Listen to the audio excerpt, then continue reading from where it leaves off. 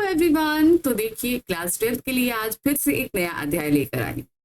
मैं कोशिश करती हूँ कि आपके एग्जाम की प्रिपरेशन में अच्छे से करवा दूं। अब एग्जाम में ज्यादा समय बचा नहीं है, तो स्टेप बाय स्टेप आपकी भी मैं सारी चीजें कंप्लीट करा रही हूँ। आजकल हम चल कर रहे हैं अपने वर्णनात्मक प्रश्नों की कोशिश, यानी कि आप सभी जानते हैं कि जो हमारा क्वेश्चन पेपर है वो रहेगा आपका वर्णनात्मक भी रहेगा और ऑब्जेक्टिव क्वेश्चंस यानी कि बहुविकल्पीय प्रश्न भी आएंगे। तो बहुविकल्पीय प्रश्न मैं आपको करा चुकी हूँ। वर्णनात्मक प्रश्न आपकी तीनों ही बुक से आएंगे, जिसमें आपकी आरोह, विधान और अभिव्यक्ति और माध्यम भी रहेगी। तो इन सारे के ही मैं आपके वर्णनात्मक प्रश्न करवाऊंगी। तो चलिए, अब हम आ चुके हैं अपनी आरोह बुक के काव्य खंड के चैप्टर नंबर 6 बादल राग पर। बादल राग, जहां पर सूर्यकांत त्रिपाठी निराला जी ने बादलों के माध्यम से ये बदलाव का आह्वान किया।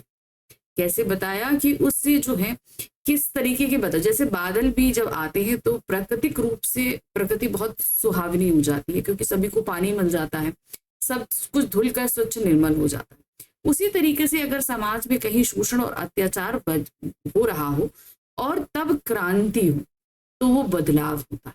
और ये बदलाव जो है, जो निम्न लोग हैं जिनके ऊपर शोषण हो रहा था, उनको काफी ज्यादा हद तक ये फायदा पहुंचाता है। तो इस कविता को हम अच्छे से पढ़ चुके हैं, इसके बहुविकल्पीय प्रश्न भी कर चुके हैं, और आज हम करने जा रहे हैं इसके वर्णनात्मक प्रश्न, जो कि है हमारे मोस्ट इंपॉर्टेंट क्वेश्चंस के लिए। ठीक है, तो चलिए शुरू करते हैं फटाफट। यहाँ पर हमारे पास में पहला प्रश्न आ रहा है। क्या दिया गया है? तुझे बुलाता कृषक अधीर से कवि क्या कहना चाहता है। अब देखिए, बादलों का सबसे ज्यादा इंतजार किसको रहता है? कृषक अर्थात किसान। क्यों? क्योंकि वो उसकी जो खेती है, उसकी जो रोजी रोटी है, सब कुछ जो है वो इन बादलों पर डिपेंड है। बादल आएंगे, बारिश होगी तो क्या कहते हैं, नमी होती है, फिर वो बीज को बोता है, फिर इनकी सिंचाई के लिए भी वो बादलों का ही इंतजार करता है। तो बादल जो कृषक जो है वो बहुत परेशान था, अभी तक बादल नहीं आए हैं, उसे खेती करनी है, इसलिए वो बहुत अधीरता के साथ इन बादलों को बुला रहा है ना। देखिए कैसे लिखेंगे इसको। कवि बादल अर्थात क्रांतिकारी से कहता है कि शोषण के कारण किसान की भुजाएं बलहीन हो गई। अब शोषण कैसे होता है? किसान देखिए बादलों को तो बुला रहा है, लिटरली बादलों को क्यों बुला रहा है? क्योंकि उसे बारिश चाहिए, लेकिन बादलों को इन्होंने क्रांतिकारी भी बताया है, यानी कि क्रांति का स्वरूप भी बदलाया। अब जब किसान के ऊपर शोषण हो या मजदूर के ऊपर शोषण हो, तो वो हमेशा क्रांति का आह्वान करता है, यानी कि बदलाव चाहता है, वो इस शोषण से मुक्ति चाहता है, तो वो उस क्रांति को करने वाले क्रांतिकारी को बुलाता है, यानी कि बादल। उसका शरीर कमजोर हो गया, क्योंकि शोषण के कारण उसका शरीर कमजोर है। वह बेचैन होकर तुझे बुला रहा है। कहने का अभिप्राय यह है कि शोषित वर्ग शोषण के कारण अत्यधिक कमजोर हो गया है और वह शोषण को खत्म करने के लिए बेचैन हो रहा है, यानी कि इतना ज्यादा अत्याचार हो चुका है कि अब वो उससे बर्दाश्त नहीं हो रहा है, अब उसको खत्म करना चाहता है। शोषकों ने शोषित वर्ग की जीवन शक्ति छीन ली है। छीन ली के मतलब क्या है? अब किसी का अत्याचार होगा, अब जिसके ऊपर अत्याचार हो रहा है तो उसके भी बर्दाश्त करने की अपनी एक लिमिट है। बर्दाश्त भी वो किसी एक लिमिट तक करेगा, फिर वो बर्दाश्त नहीं कर पाएगा, तो वो उसकी लिमिटेशन अब खत्म हो गई। इसीलिए वो क्या चाह रहा है? क्रांति हो, बदलाव हो, अर्थात उसका रक्त रूपी सार तत्व चूस लिया गया। अब वह केवल हड्डियों का ढांचा मात्र रह गया। कवि बादल अर्थात क्रांतिकारी से कहता है कि तुम बरसकर किसान की गरीबी दूर करो, अर्थात क्रांति करके शोषण को समाप्त करो। तो यहाँ पर दोनों ही माध्यम से हम चीजों को बताएंगे। पहली चीज बादल के माध्यम से कि किसान जो है वो बादलों को क्यों बुला रहा है। दूसरा, अगर क्रांति के माध्यम से बादलों को बुलाया जा रहा है तो उस किसान की हालत कितनी जर्जर है, जो अब वो उससे बर्दाश्त नहीं हो रहा है शोषण, और वो अब क्रांति का आह्वान कर रहा है। नेक्स्ट क्वेश्चन है, विप्लव रव में छोटे ही शोभा पाते से क्या अभिप्राय है। जब क्रांति होती है तो सबसे ज्यादा जो फायदा होता है, सबसे ज्यादा जिसको लाभ पहुंचता है, वो छोटे या निम्न वर्ग होते हैं, जिनका अभी तक शोषण हो रहा था।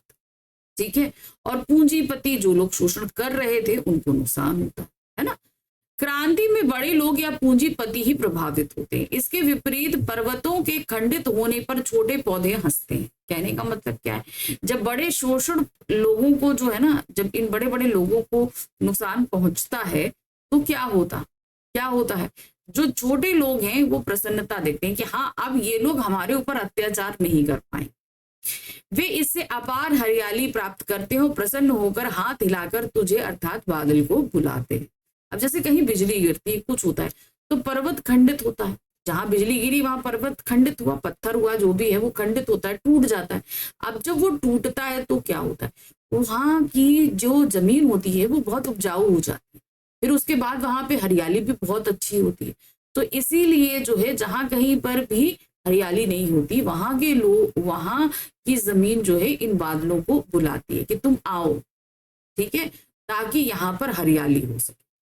विनाश के शोर में सदा छोटे प्राणियों को ही लाभ मिलता है। समझ में आया क्या? जैसे मैंने बताया कि शोषण हो रहा है, तो शोषण होने जो कर रहे हैं उनको हटाने के लिए क्रांति होती है, और क्रांति के कारण फायदा किसको होगा?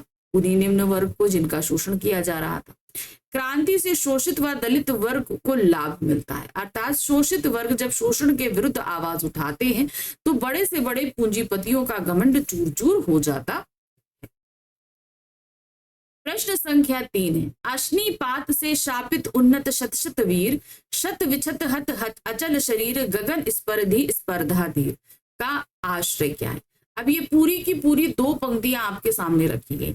अब इन 2 पंक्तियों के माध्यम से कवि कहना क्या चाह रहे हैं, ठीक है, देखिए क्या।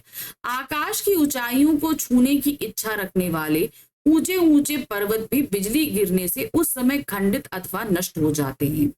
जिस प्रकार युद्ध भूमि में हथियारों के प्रहार से बड़े बड़े वीर मृत्यु को प्राप्त हो जाते हैं ना। अश्निपात से शापित उन्नत शत शत वीर, कहने का तात्पर्य क्या है कि जब बिजली गिरती है तो चाहे जितना भी मजबूत से मजबूत पत्थर क्यों ना हो वो खंडित होता है। उसी तरीके से क्या होता है, युद्ध भूमि में हथियारों के प्रहार से बड़े बड़े वीर मृत्यु को भी प्राप्त हो जाती है। कहने का अभिप्राय है कि क्रांति से बड़े बड़े लोग या पूंजीपति ही प्रभावित होते हैं।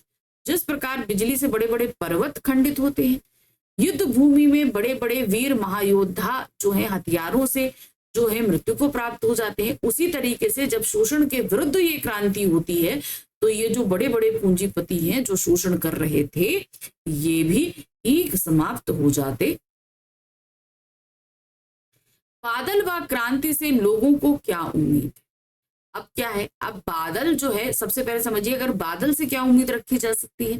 बादल क्या है कि सबको ठंडक पहुंचाता है, चाहे पेड़ पौधे प्राणी सभी को ठंडक पहुंचाएगा। और क्रांति से क्या होता है, जितना भी शोषण हो रहा था वो शोषण समाप्त हो जाएगा। क्रांति से दोनों ही तरीके, मतलब बादल से क्या उम्मीद है और क्रांति से क्या उम्मीद है, मैंने दोनों चीजें आपको बताई। संसार का हृदय शोषण रूपी अग्नि से जला हुआ है और बादल दुख व शोषण से ग्रस्त संसार पर जल बरसाकर शोषण के खिलाफ लोगों के मन में दबे क्रांति के बीज को अंकुरित करता है। अब जब ये बादल क्या है, जिस बादल बरसते हैं तो क्या होता है, जमीन के अंदर जो बीज छिपे हुए थे वो कहीं ना कहीं अंकुरित होकर बाहर आते हैं, पेड़ निकल आता है, पौधा निकल आता है, ठीक है। उसी तरीके से जब क्रांति की आवाज उठती है तो जो लोग अभी तक शोषण के कारण चुप थे उनका आक्रोश भी बाहर आने लगता है। जिस प्रकार लोगों को उम्मीद होती है कि बादल जल बरसाकर गर्मी से राहत देगा, उसी प्रकार लोगों को क्रांति से उम्मीद है कि उन्हें शोषण से मुक्ति मिलेगी। समझ में आया? गर्मी से मुक्ति दिलाता है बादल, और शोषण से मुक्ति क्या दिलाएगी? बादल रूपी क्रांति, क्योंकि चारों तरफ जो है वो कहीं ना कहीं शोषण और अत्याचार हो रहा है। प्रश्न संख्या 5, बादल राग कविता में कवि ने किसे अस्थायी कहा? सुख और दुख, ठीक है, ये दोनों ही अस्थायी, कोई भी चीज स्थायी नहीं रह सकती। सुख है वो भी कुछ समय के लिए चला जाएगा, दुख आएगा, दुख भी अस्थायी है वो भी चला जाएगा, है ना। मानव जीवन में सुख व दुख हवा के समान चंचल है अथवा अस्थायी, क्योंकि मानव जीवन में सुख और दुख दोनों आते जाते रहते और सुखों पर सदैव दुख रूपी बादल मंडराते रहते। अमीर व समृद्ध व्यक्तियों के पास सुख के हर साधन मौजूद होते हैं, होता है कि नहीं? अमीर जो लोग होते हैं उनके पास सुख संपन्नता के हर साधन, क्योंकि वो शोषण करके गरीबों को से इतना ज्यादा उनका शोषण करके उनसे सारी चीजें लाभ प्राप्त कर चुके होते हैं, तो उन्हीं के पास इतना धन हो जाता है कि वो सुख सुविधा की हर एक चीज अपने पास मौजूद कर लेते हैं, जिन्हें उन्होंने गरीबों का शोषण करके प्राप्त किया होता है। उन्हें उन साधनों के छिन जाने का डर सदा बना रहता है। ठीक है, ये तो रहता है भाई, सही, ठीक है।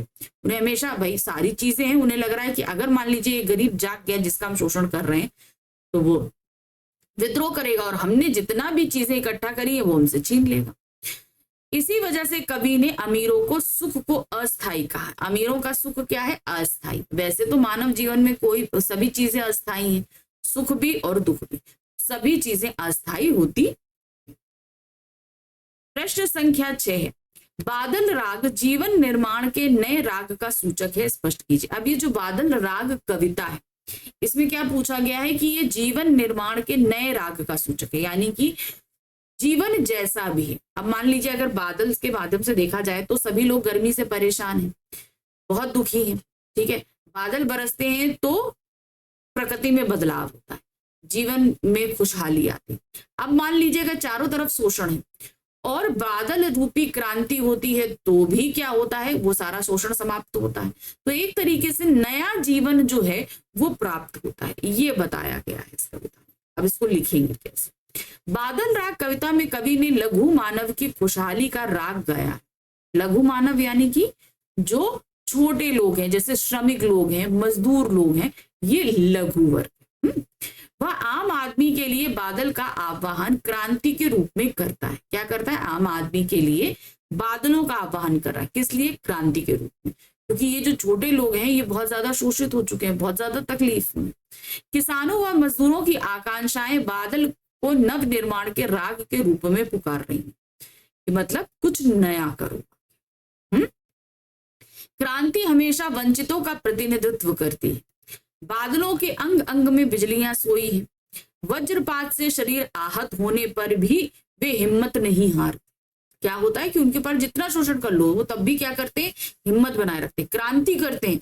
उसकी इनकी क्रांति को दबाने के लिए भी उनके ऊपर बहुत कोशिश की जाती है, लेकिन तब भी वो हिम्मत नहीं हारते, उस क्रांति को आगे बढ़ाने के लिए लगे ही रहते हैं। गर्मी में हर तरफ सब कुछ रूखा सूखा और मुरझाया सा होता है। धरती के भीतर सोए अंकुर नवजीवन की आशा में सिर ऊंचा करके बादल की ओर देख रहे हैं। जो बीज भी जमीन के अंदर है उसको भी आशा ये चीज की बादल बरसेगा तो मेरे अंदर से अंकुर फूटेगा, है ना।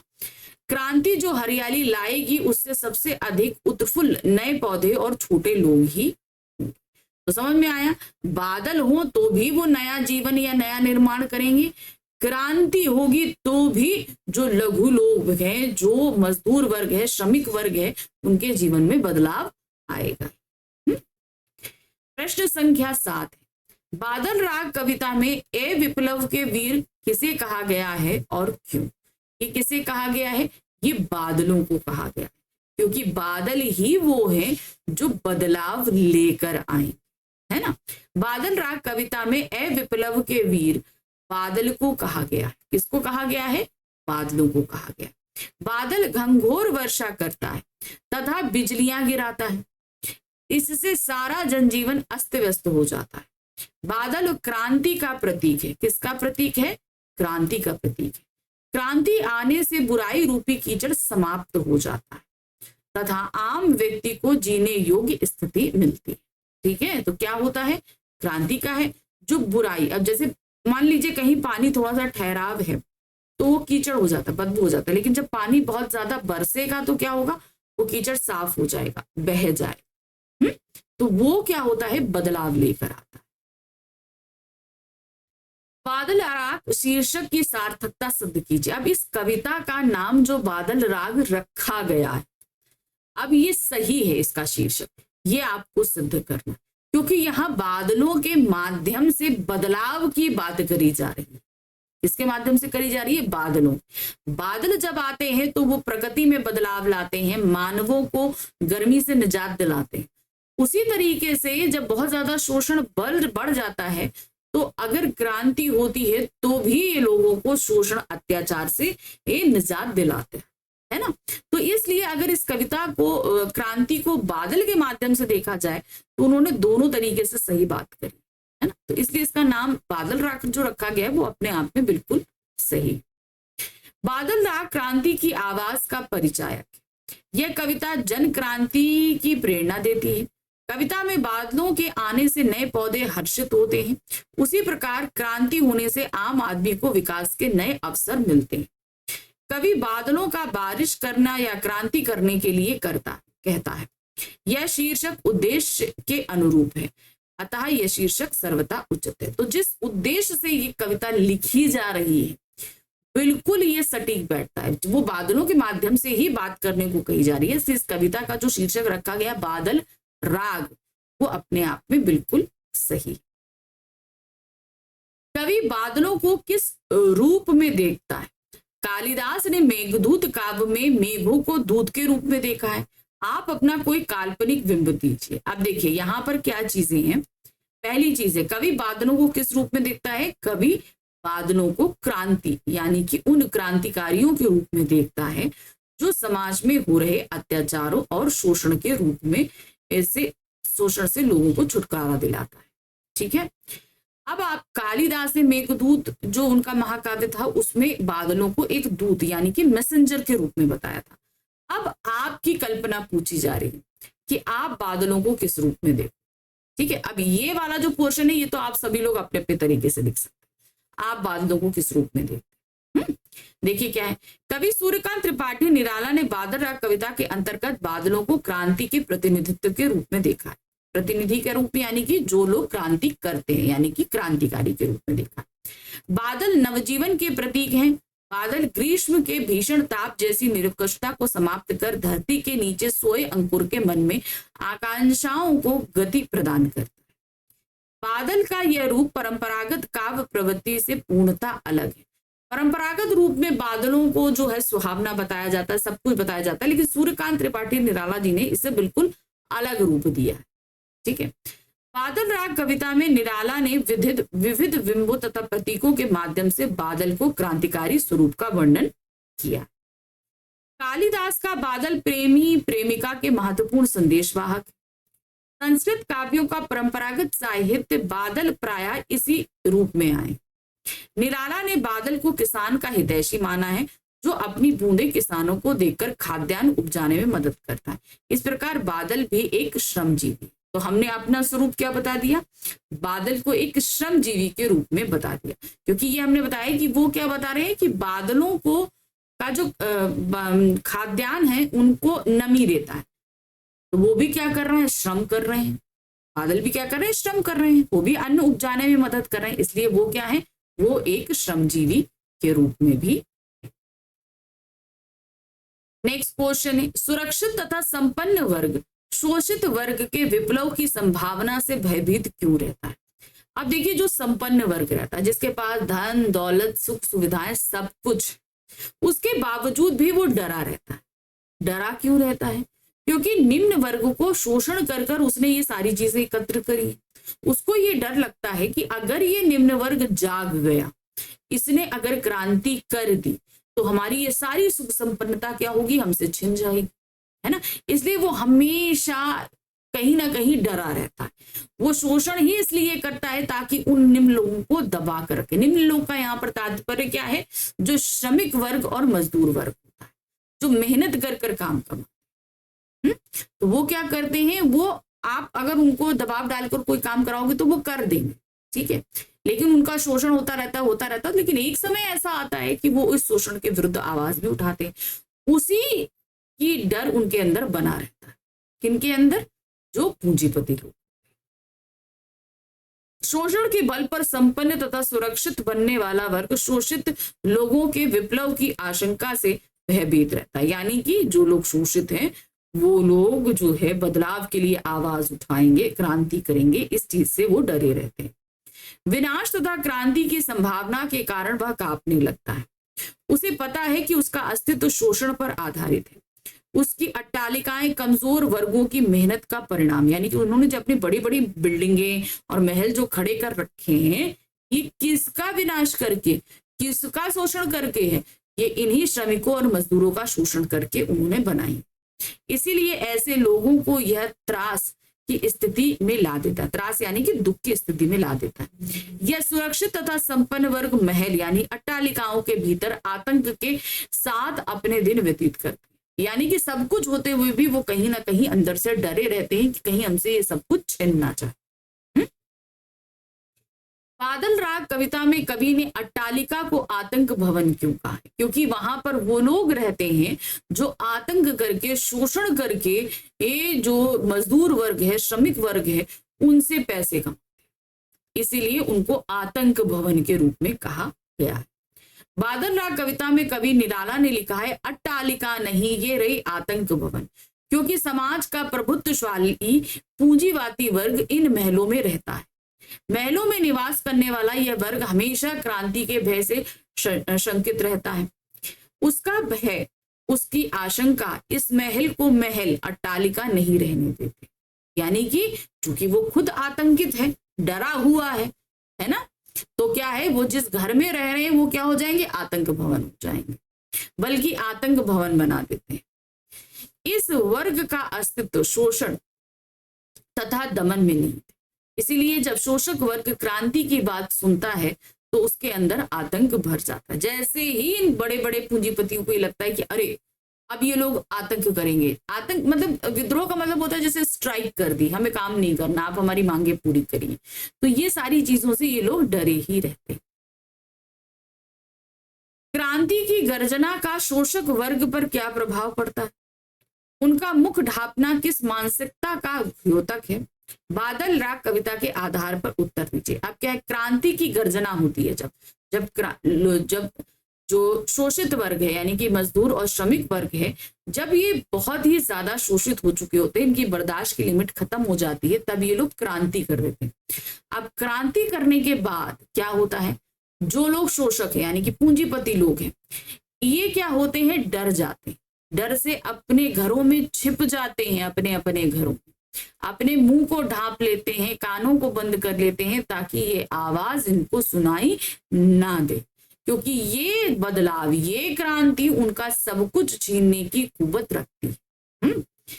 क्रांति की गर्जना से शोषक वर्ग, जो पूंजीवती वर्ग, भयभीत हो उठता।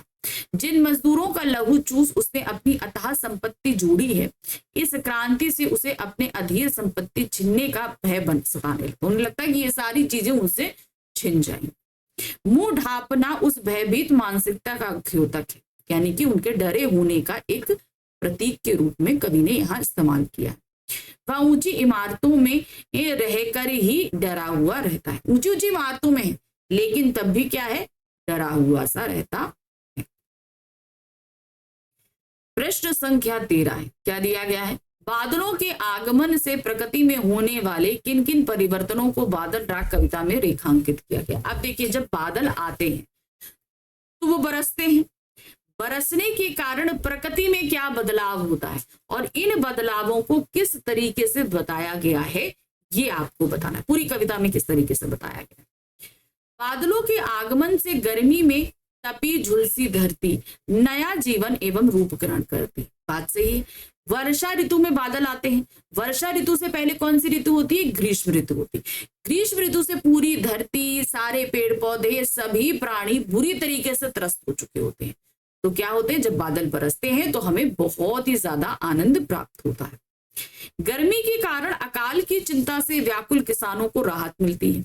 अब क्या होता है, अब किसान जिन्हें बादलों का सबसे ज्यादा इंतजार होता है, क्यों होता है, क्योंकि उनकी खेती उन्हीं बादलों पर डिपेंड है, तो जैसे ही बादल आते हैं उन्हें भी राहत मिलती है।